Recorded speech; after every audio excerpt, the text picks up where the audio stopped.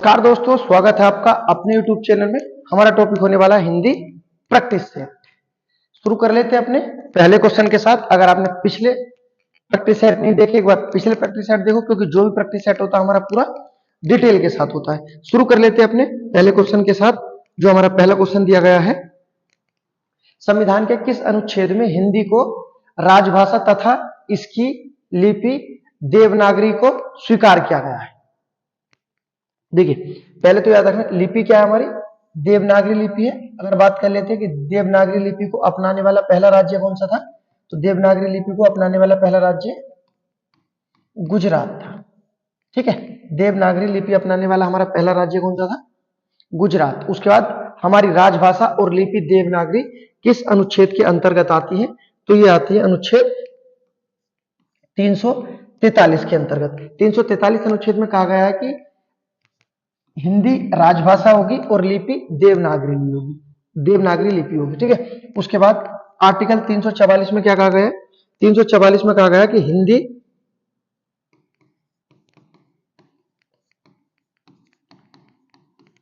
के लिए एक राजभाषा आयोग। ठीक है, बात कर लेते हैं राजभाषा आयोग की। अगर पूछा है राजभाषा आयोग किस आर्टिकल में, तो क्या 344 में। ठीक है, जबकि राजभाषा किसमें? 343। राजभाषा आयोग किसमें? 344 में। ठीक, उसके बाद बात कर लेते हैं हमारा पहला राजभाषा आयोग कब बनाया गया था? 1955 में बना था। अगर पूछा है पहला राजभाषा आयोग 1955, राजभाषा आयोग किस अनुच्छेद में आता है? 344। बात कर लेते हैं राजभाषा आयोग की नियुक्ति कौन करता है, तो राजभाषा आयोग की नियुक्ति करते हैं हमारे प्रेसिडेंट, राष्ट्रपति। कितने वर्षों के लिए? 5 वर्षों के लिए। ठीक है, याद रखना। उसके बाद नेक्स्ट जो हमारा आर्टिकल दिया गया है 351, बहुत महत्वपूर्ण है, क्योंकि इसमें हिंदी को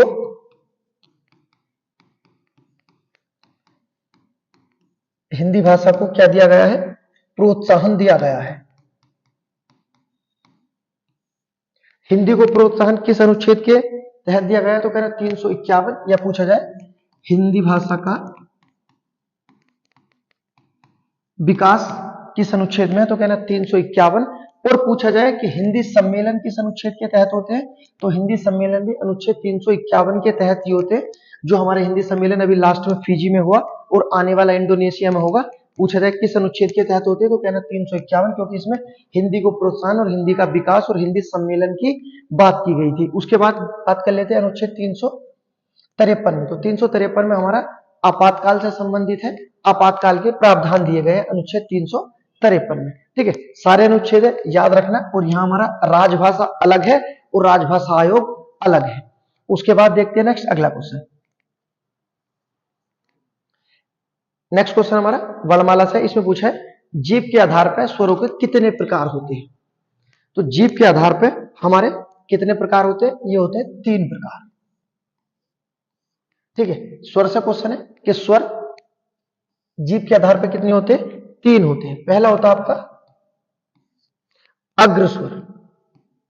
कौन सा स्वर होता? अग्रस्वर। दूसरा मध्य स्वर और तीसरा पक्ष स्वर। तो जीव के आधार पर हमारे स्वरों के कितने भेद होते हैं? कह रहा 3 भेद होते हैं अग्रस्वर। अब अग्रस्वर में क्या क्या आता है जो आपको पता होगा? छोटी ई और बड़ी ई दोनों अग्रस्वर में आते हैं, और दोनों ए और ऐ दोनों हमारे कहां आते हैं? ये आपके अग्रस्वर में आ जाते हैं। उसके बाद इसमें एक और आता है, आपको याद रखना, री। सही है, तो जीव के आधार पर हमारा री कहां आता है? क्या ना, अग्रस्वर में आता है। जबकि मध्य स्वर में क्या आता है? मध्य स्वर में सिर्फ आता है ए। और ए को किस नाम से जानते हैं? इसे हम शहीद स्वर कहते हैं और इसे आजाद स्वर कहते हैं। अगर पूछे शहीद स्वर या आजाद स्वर, तो ए होता है जो हमारा मध्य भाग में आता है जीव के आधार पर। उसके बाद बचे हुए सब कहां जाएंगे? पक्ष स्वर में। जैसे आपका आ, छोटा ऊ और बड़ा ऊ और ऊ दोनों, ओ और औ।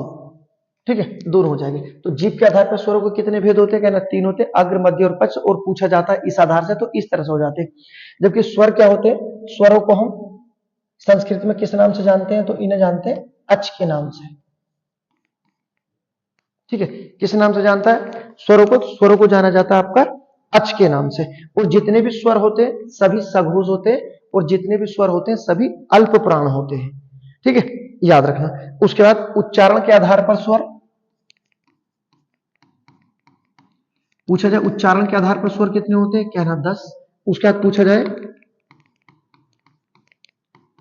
स्वरों की संख्या बतानी है, तो स्वरों की संख्या होती है 11 और उच्चारण के आधार पर 10। उसके बाद पूछा जाए लेखन के आधार पर या परंपरागत आधार पर, तो कितने होते हैं? 13 होते हैं। ठीक है, इस तरह से स्वरों से क्वेश्चन पूछा जाता है। उच्चारण के आधार पर 10, स्वरों की संख्या 11, लेखन या परंपरागत आधार पर 13 होते हैं। ठीक है, जबकि 14वां स्वर किसे माना गया है? तो अंग्रेजी भाषा के औ से लिया गया यह हमारा 14वां स्वर था, जिसे क्या बोलते थे हम? आगत स्वर। ठीक है, ये कहां से लिया? अंग्रेजी भाषा से लिया था, इसे 14वां स्वर बोला जाता था। ये स्वर से क्वेश्चन थे, आपको याद रखना। जीभ के आधार पर कितने होते हैं? 3 होते हैं। उसके बाद बात कर लेते हैं नेक्स्ट, अगला क्वेश्चन। नेक्स्ट क्वेश्चन ये भी हमारा आपका बड़माला से दिया गया है। इसमें आयोगभाव पूछा गया कि आयोगभाव क्या होते हैं, आयोगभाव किसे कहते हैं? तो आयोगभाव जो होते हैं इनकी उत्पत्ति हुई है संस्कृत भाषा से। पूछा जाए आयोगभाव की उत्पत्ति कहां से हुई है? कहना संस्कृत भाषा से। संख्या कितनी होती है? 2। ये 2 कौन कौन से होते हैं? पहला होता है आपका अनुस्वार और दूसरा होता है विसर्ग।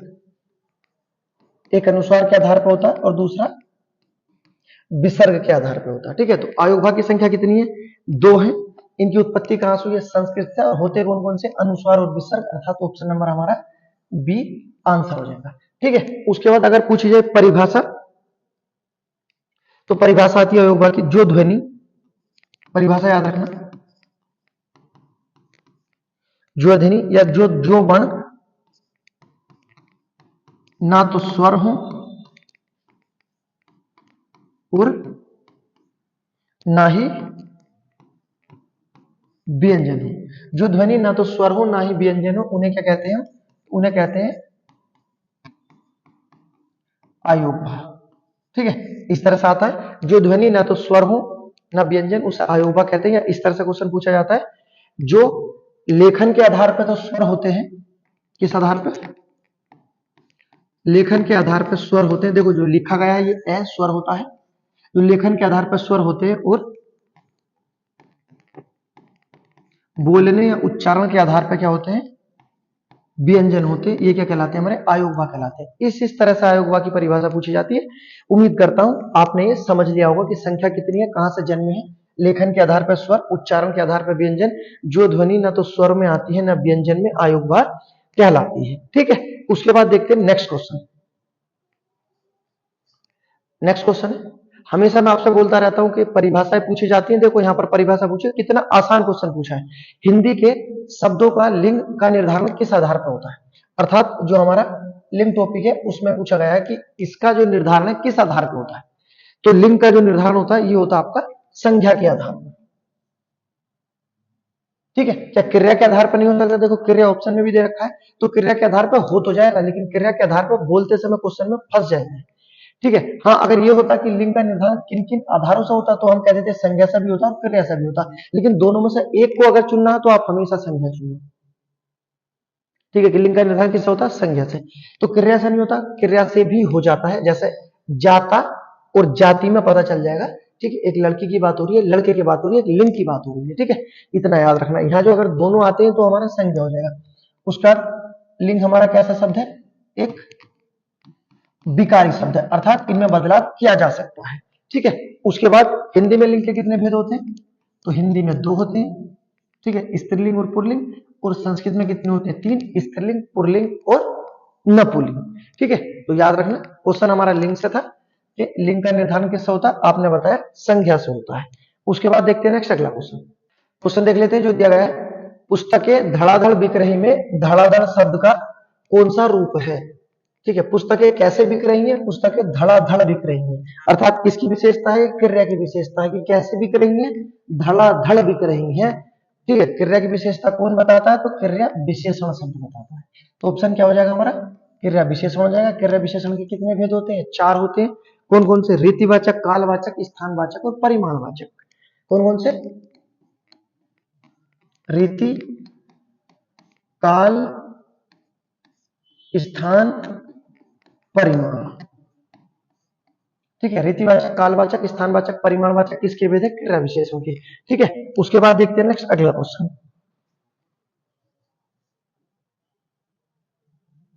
क्वेश्चन दिया है निम्नलिखित में से क्रिया विशेषण अव्यय चुनिए, अर्थात कौन सा क्रिया विशेषण अव्यय हमारा दिया गया है? कुत्ता भौंक रहा है, राम खाना खा रहा है, अधिक मत बोलो, राधा रात भर जागती रही। इसमें कौन सा हमारा क्रिया विशेषण है? क्रिया की विशेषता बताता है। तो अधिक मत बोलो ये हमारा क्रिया विशेषण हो जाएगा। ये क्रिया की विशेषता बताता है, इतना अधिक मत बोलो। ठीक है, ये हमारा क्रिया विशेषण हो जाएगा। उसके बाद देखते हैं नेक्स्ट अगला क्वेश्चन। 2 क्वेश्चन थे क्रिया विशेषण से। इसमें पूछा गया है ससुर शब्द का तत्सम बताना है। ससुर शब्द का तत्सम क्या होगा?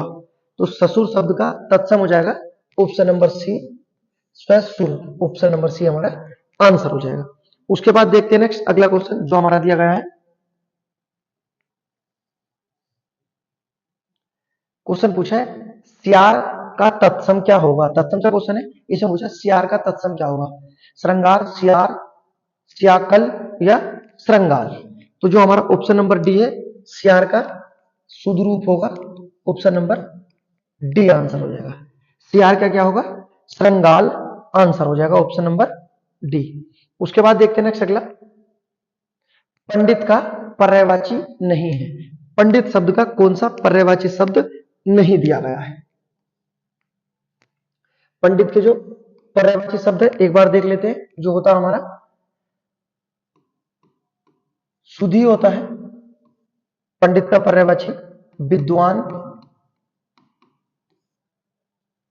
गोविंद, बुध ग्रह के आधार पर बुध हो जाता है, मनीषी, प्राज्ञ,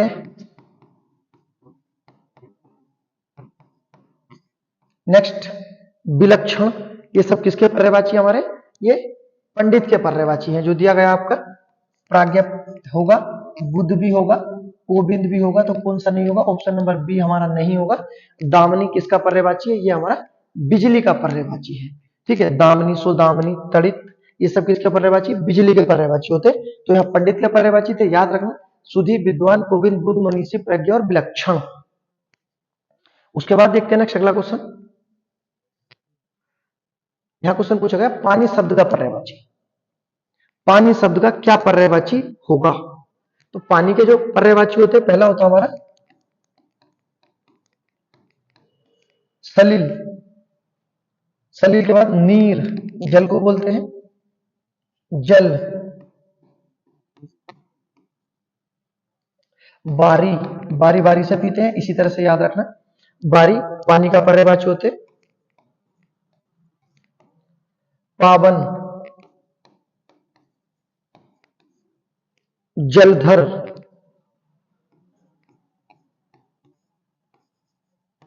जलधर तो लिख लिया। एक होता है जलयाम।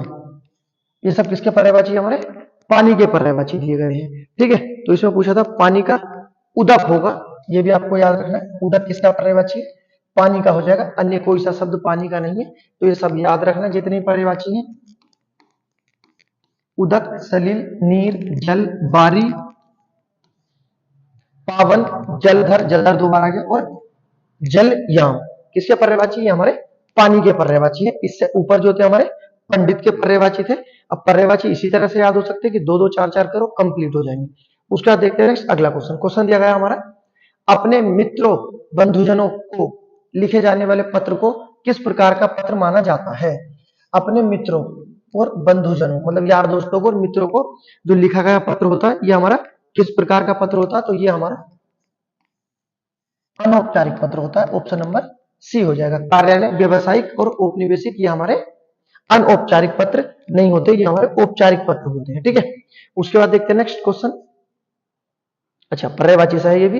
इसमें क्या पूछा है, पक्षी का पर्यायवाची शब्द बताना है। जो हमारे पक्षी के पर्यायवाची होते हैं, बहुत महत्वपूर्ण है, बहुत बार आता है पक्षी के पर्यायवाची, आपको याद रखना है। सबसे महत्वपूर्ण जो होता है, पहला याद रखना है खग, पक्षी का पर्यायवाची है। खग के बाद एक साथ आएगा खग और बिहग, खग बिहग, और उसके बाद आता है बिहंग। तीनों एक साथ बोल दो, खग बिहग बिहंग, पर्यायवाची आसान। उसके बाद आएगा आपका नभचर। क्या आएगा, नभचर। अंडे से जन्म लेते हैं तो अंडज, किसका पर्यायवाची, आपका पक्षी का पर्यायवाची। उसके बाद खेचर, नभचर, किसके पर्यायवाची, ये सब पक्षी। उसके बाद पखेरु, ग्रामीण भाषा में बोल देते हैं पक्षी को परिंदा। जो आपको याद रखना है नया पर्यायवाची शकुंत, किसका पर्यायवाची, पक्षी का, और होता आपका गगनचर। गगन में चलते हैं तो गगनचर हो गया। ठीक है, ये सारे किसके पर्यायवाची हमारे, ये पक्षी के पर्यायवाची दिए गए हैं। ठीक है, और दो बार जन्म लेता है, एक तो अंडे से, फिर एक बार बाहर आता है अंडे से, तो इस कारण से क्या बोलते हैं, द्विज बोलते हैं। ठीक है, तो किसके पर्यायवाची है, सब पक्षी के पर्यायवाची है। कौन कौन से, गगन में चलने वाला गगनचर, उसका तीनों को एक साथ बोलना है, खग बिहग बिहंग। उसका नभ में चलने वाला नभचर, दो बार जन्म लेता है, एक बार अंडे से एक बार बाहर, अंडज और द्विज। जो आपको याद रखना है शकुंत, उसका परिंदा, पखेरु, नभचर और खेचर। ठीक है, नभचर लिख लिया था, हो गया आपका। तो जो हमारा आंसर बनेगा पक्षी का पर्यायवाची कौन सा हो जाएगा, ऑप्शन नंबर बी, द्विज हमारा पक्षी का पर्यायवाची हो जाएगा। ठीक है, उसके बाद देखते हैं नेक्स्ट अगला क्वेश्चन।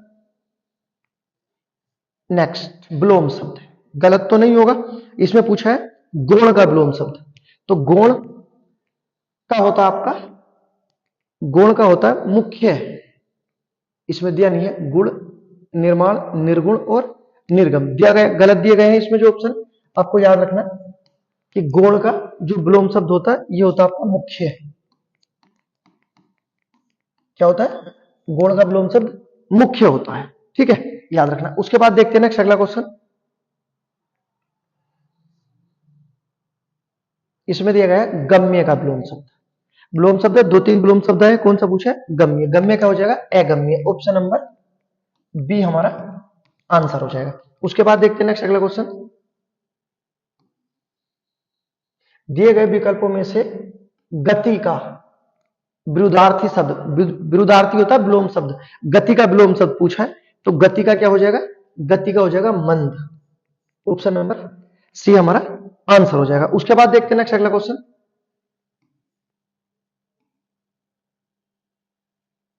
क्वेश्चन दिया गया है गतानुगतिक शब्द का सही अर्थ।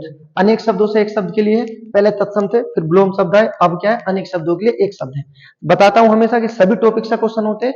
ठीक है, ऐसा कोई टॉपिक नहीं होता जो हमारा छोड़ दिया जाता हो। इसमें दिया है गतानुगतिक शब्द का सही अर्थ बताना है। गतानुगतिक का शब्द अर्थ पहले देखा है, प्राचीन आदर्श के अनुसार चलने वाला, पीछे चलने वाला, अनुसरण करने वाला, गति को नहीं मानने वाला। तो गतानुगतिक जो होता है, ये होता है प्राचीन आदर्श के अनुसार चलने वाला। जबकि आपको अगर पूछा जाए पीछे चलने वाले को क्या कहते हैं, तो जो पीछे चलते हैं उसे कहते हैं अनुगामी।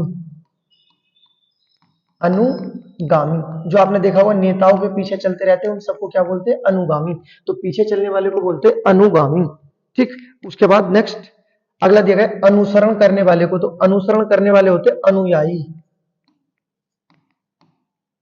अनुयायी, ठीक है, दोनों शब्द याद रखने, ये दोनों बहुत इंपॉर्टेंट है, बहुत आते हैं। पीछे चलने वाला अनुगामी, अनुसरण करने वाला अनुयायी। ठीक है, जो फॉलोअर्स होते हैं। उसके बाद जो गतानुगतिक होता है, प्राचीन आदर्श के अनुसार चलने वाले गतानुगतिक होते हैं। ठीक है, इतनी चीजें हैं याद रखना। एक था हमारा अनेक शब्दों से एक शब्द, हमने 3 पढ़े।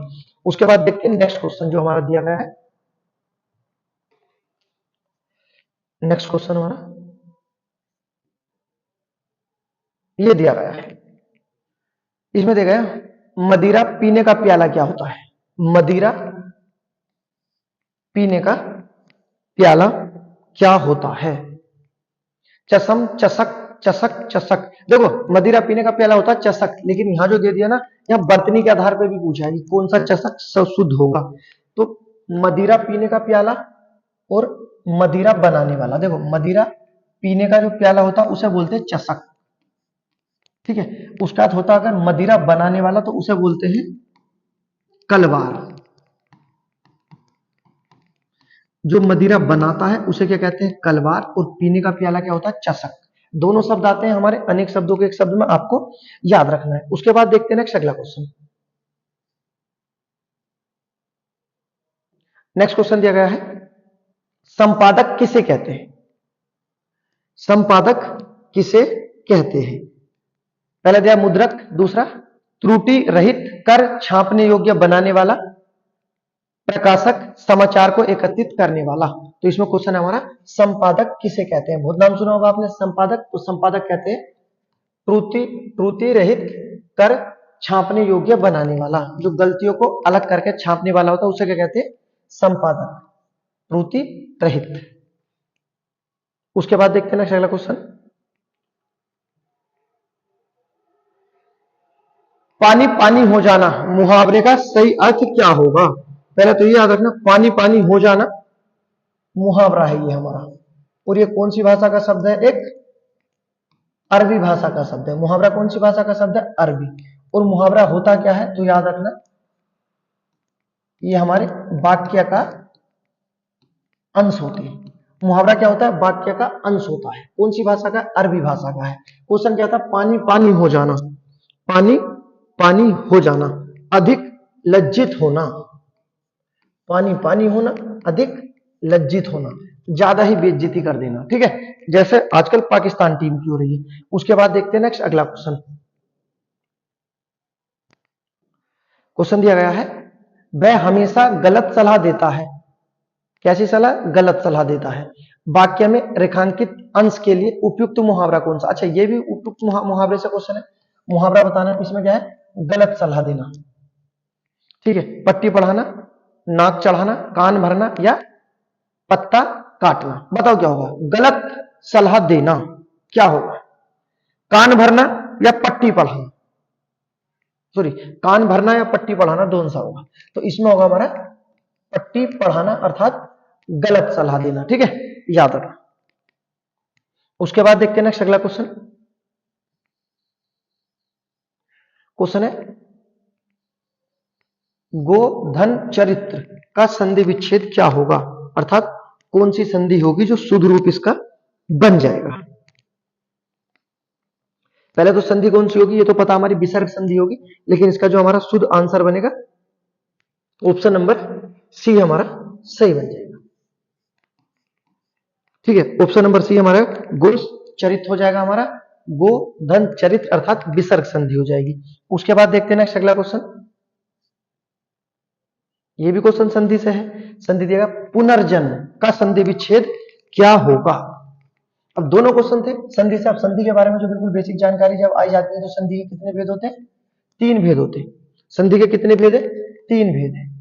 पहला कौन सा आपका, स्वर संधि, दूसरी व्यंजन संधि, और तीसरी जो हो जाएगी हमारी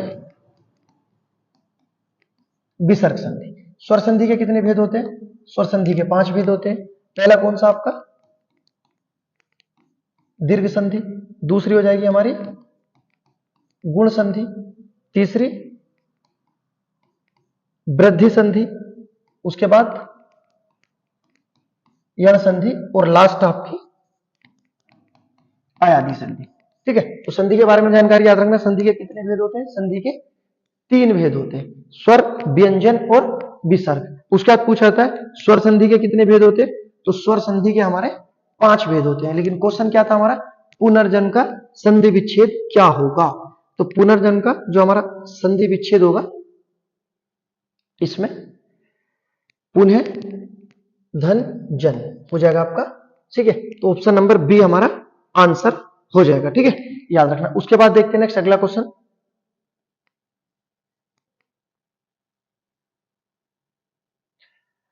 नहाया धोया शब्द में निम्न में से कौन सा समास होगा। समास से क्वेश्चन है, और क्वेश्चन क्या है, नहाया धोया में कौन सा समास होगा।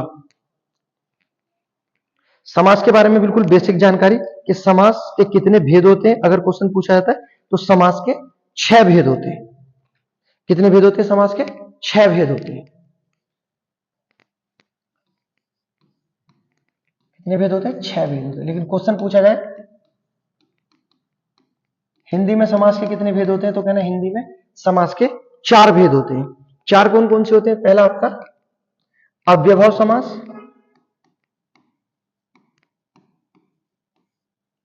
दूसरा तत्पुरुष समास, उसके बाद द्वंद्व समास और लास्ट बहुब्रीहि समास। कितने भेद होते हैं हिंदी में? तो हिंदी में हमारे 4 होते हैं, अव्ययभाव, तत्पुरुष, द्वंद्व और बहुब्रीहि समास। उसके बाद जो समास के 6 भेद होते हैं तो 2 तत्पुरुष के भेद हो जाते हैं। ठीक है, ये तत्पुरुष के अंतर्गत आते हैं। कौन कौन से? पहला आपका द्विगु समास और उसके बाद कर्मधारय समास। तो द्विगु समास, कर्मधारय समास किसके अंतर्गत आते हैं? कहना तत्पुरुष समास के अंतर्गत आते हैं। ठीक है, अगर नॉर्मल पूछा जाता समास के भेद बताओ या क्वेश्चन होता संस्कृत में समास तो संस्कृत में 6 होते हैं, हिंदी में 4 होते हैं। ये इस तरह से बटे हुए होते हैं। हिंदी के 4 याद रख ले और संस्कृत के जो 6 दिए गए ये भी याद रख लो। ठीक है, उसके बाद क्वेश्चन था नहाए धोए शब्द में कौन सा समास होगा? तो नहाए और धोए में कौन सा हो जाएगा? हमारा द्वंद्व समास हो जाएगा। ठीक है, अब द्वंद्व समास के कितने भेद होते हैं? तो द्वंद्व समास के हमारे 3 भेद होते हैं। पहला समाहार द्वंद्व समास, वैकल्पिक द्वंद्व समास और तीसरा इतरेतर द्वंद्व समास। ठीक है, इस तरह से होते हैं हमारे समास के। द्वंद्व समास के भेद कितने होते हैं? 3 होते हैं। जो समाहार द्वंद्व समास होता है उसमें हमारा योजक चिन्ह का प्रयोग किया जाता है। ठीक है, जैसे इसी में है नहाए धोए में योजक चिन्ह दिया गया है ये, और अगर द्वंद्व समास का भेद हो जाता है तो हम कहते हैं समाहार द्वंद्व समास है। वैकल्पिक द्वंद्व समास में क्या आता है? या आ जाता है। ठीक है, जबकि इतरेतर में क्या आता है? और आ जाता है। तो ये याद रखना द्वंद्व समास के भेद। जबकि अलग से जो बताया आपको हिंदी में हिंदी में समास कितने होते हैं? 6 और संस्कृत में सॉरी हिंदी में कितने होते हैं? 4 और संस्कृत में कितने होते हैं? 6 होते हैं। ठीक है, याद रखना। उसके बाद देखते हैं नेक्स्ट अगला क्वेश्चन। नेक्स्ट क्वेश्चन हमारा दिया गया है, यह हमारा क्वेश्चन है शुद्ध वर्तनी से दिया गया है भस्म, फाल्गुन, भीष्म या मृणमय, कौन सा शब्द शुद्ध होगा? तो भस्म जो लिखा है वो हमारा गलत लिखा हुआ है। इसमें ये वाला से नहीं आता। भस्म में जो से आता है आपका छोटा वाला आता है, ये होता भस्म। उसके बाद फाल्गुन जो होता है तो होता आपका फाल्गुन शुद्ध होता है। भीष्म हमारा शुद्ध लिखा गया है, ये भी आपका गलत है। तो हमारा शुद्ध रूप कौन सा हो जाएगा? भीष्म हमारा शुद्ध रूप हो जाएगा। उसके बाद नेक्स्ट बात कर लेते हैं गिव अवे की। गिव अवे में पूछेंगे आज हम रचनाएं पूछेंगे। कुछ रचनाएं हैं जो आपको बतानी है कि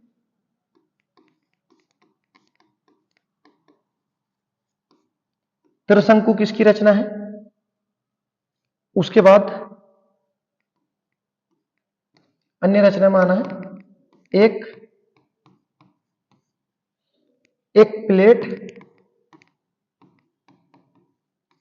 सैलाब किसकी रचना है। ये 2 रचना बताना है, बहुत ज्यादा आती है आपको बताना है। उससे अलग जो आपको बताना है कि आर्टिकल